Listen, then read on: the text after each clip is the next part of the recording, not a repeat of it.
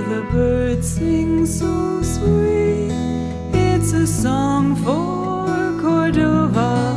Listen well, time will tell of a happy life to come. In 2009, the native village of Eyak received a grant from Eyak for a demonstration plastics recycling project. Plastic recycling had never been done in Cordova, and we had a number of obstacles to overcome. How do we store it? How do we get rid of it? How do we educate the public and encourage them to recycle?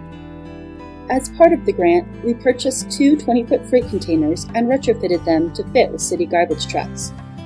The city agreed to use their trucks to empty the plastics recycling as needed, transport it to the city baler, and prepare the plastic for shipment. Linden Transportation donated free shipping of the processed bales to Anchorage. It seemed like a good plan on paper, and it was overall, but we ran into a few unexpected problems.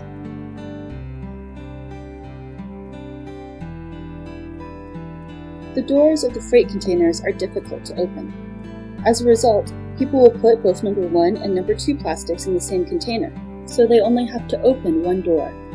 This leads to higher levels of contamination in our recyclables waste stream, resulting in a lower price for our plastic bales at market.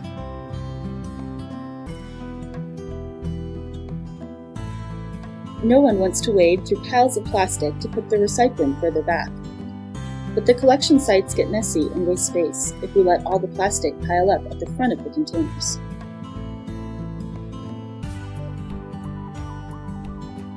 Follow the example of those who have gone before. Like the Anchorage Recycling Center, we plan to cut holes in the side of the containers for people to dump their recyclables into.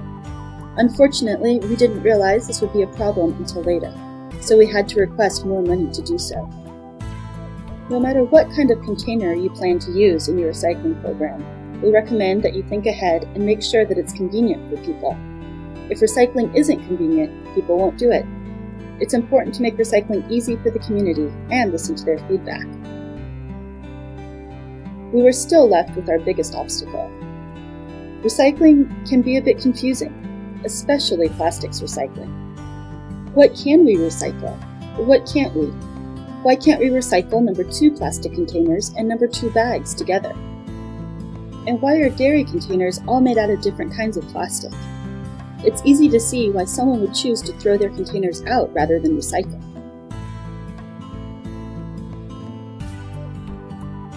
Educate, educate, educate.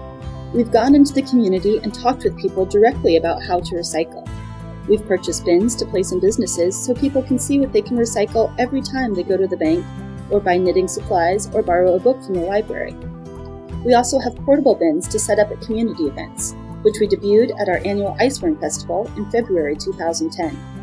We're just beginning to work with our youth to help collect recycling from all the businesses, and to produce radio and television public service announcements about recycling.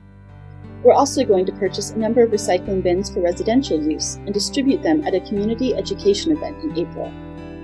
From this experience, we've learned that a few dedicated individuals can make a difference. Lots of people want to help, but they don't know how.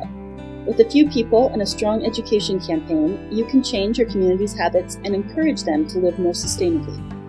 Make it economic, make it convenient, and make it understandable. These are 3 keys to a successful recycling program. Thanks to funding from Eyak and Eyak, Cordova's recycling program has expanded significantly in the last year. Though it started off small, it is rapidly increasing in the amount of material diverted from our waste stream and the variety of materials we recycle.